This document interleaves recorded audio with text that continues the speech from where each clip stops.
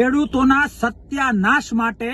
ખેડૂતોને ગુમરાહ કરવા માટે, ખેડૂતોની આંખમાં ધૂળ નાખવા માટે કેજરીવાલ 7 તારીખે ચોટીલા આવી રહ્યા છે।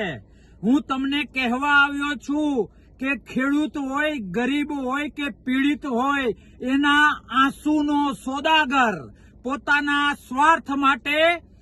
દુઃખીના આંસુનો સોદાગર, માત્ર અને માત્ર પોતાના સ્વાર્થ માટે, પોતાની સત્તા લાલચા માટે, પોતાના કંઈક ને કંઈક નકારાત્મક મહત્વાકાંક્ષાઓને પૂર્ણ કરવા માટે કેજરીવાલ ગુજરાતમાં ચોટીલા આવી રહ્યા છે। ખેડૂતોનો મુદ્દો હોય, પીડિતોનો મુદ્દો હોય, હરામ છે 1% જો ચિંતા હોય। દિલ્હીના દિલોને તોડીને, દિલ્હીના દિલોને કચડીને પોતાની વાસ્તવિકતા બહાર આવી ગઈ એટલે હવે ગુજરાતમાં,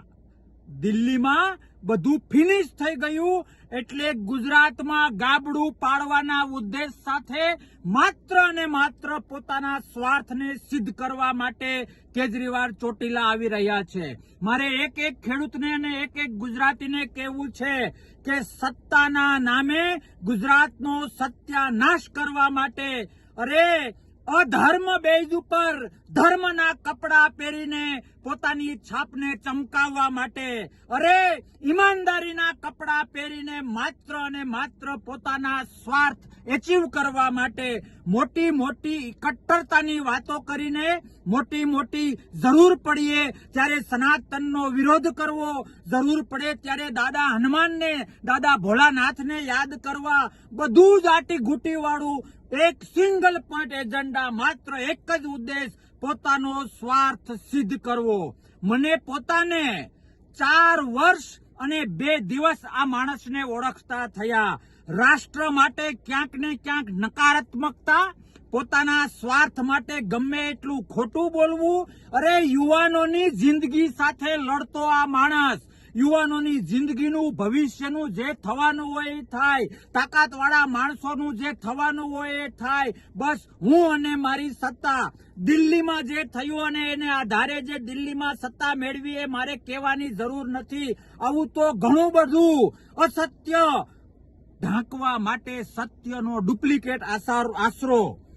મારો કહેવાનો મતલબ એ છે કે સત્યના કપડાં પહેરીને અસત્ય કરવું, અનીતિ માટે નીતિના કપડાં પહેરવા, અધર્મ માટે ધર્મના કપડાં પહેરવા, પોતાના સ્વાર્થ માટે ખોટી ખોટી ભવિષ્યની વાતો કરવી, ગુજરાતનો સત્યાનાશ કરવા માટે, ગુજરાતમાં ગાબડું પાડવા માટે, ગુજરાતના પરસેવો પાડનારા લોકો, ગુજરાતના પરસેવો પાડનારા ખેડૂતોને ગુમરાહ કરવા માટે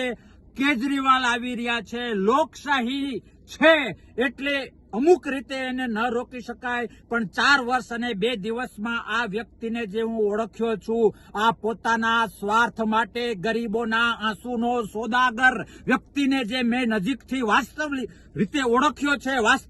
ઓળખ્યો છે એ જાણીને તમામ ગુજરાતી ભાઈઓને 2 હાથ જોડીને વિનંતી કરું છું કે ખેડૂત માટે જે સંમેલન કરવા આવી રહ્યા છે, હું ચેલેન્જ આપું છું કે 2 મહિને, 1 મહિને, 15 દિવસે કે 6 મહિને આ સંમેલનથી એક માંડવીના ડોડવા જેટલો, એક મકાઈના ડોડા જેટલો 1 રૂપિયાનો ખેડૂતને નહીં ફાયદો થાય, માત્ર પોતાની વાહવા માટે, પોતાના સ્વાર્થ માટે આવી રહ્યા છે। ચેતી જજો કાર્યકર્તાઓ, તમે પણ ચેતી જજો, જે નાની મોટી જવાબદારી આપી છે એવા લોકો તમે પણ ચેતી જજો। તમારા ભવિષ્યની ચિંતા કેજરીવાલને નથી, ગુજરાત અને દેશના ભવિષ્યની ચિંતા કેજરીવાલને નથી, એણે માત્ર સ્વાર્થના ચશ્મા પહેર્યા છે, એનો ભોગ હું 4 વર્ષ અને 2 દિવસ બન્યો, તમે ન બનો એ માટે વિનંતી કરું છું। આવો સૌ સાથે મળીને ખેડૂતને બચાવીએ, ગુજરાતને બચાવીએ, લોકશાહીને બચાવીએ અને આવા સ્વાર્થી સત્તા કેન્દ્રી લોકોથી ગુજરાત અને દેશને દૂર રાખીએ। ભારત માતા કી જય, વંદે માતરમ, જય જય ગરવી ગુજરાત।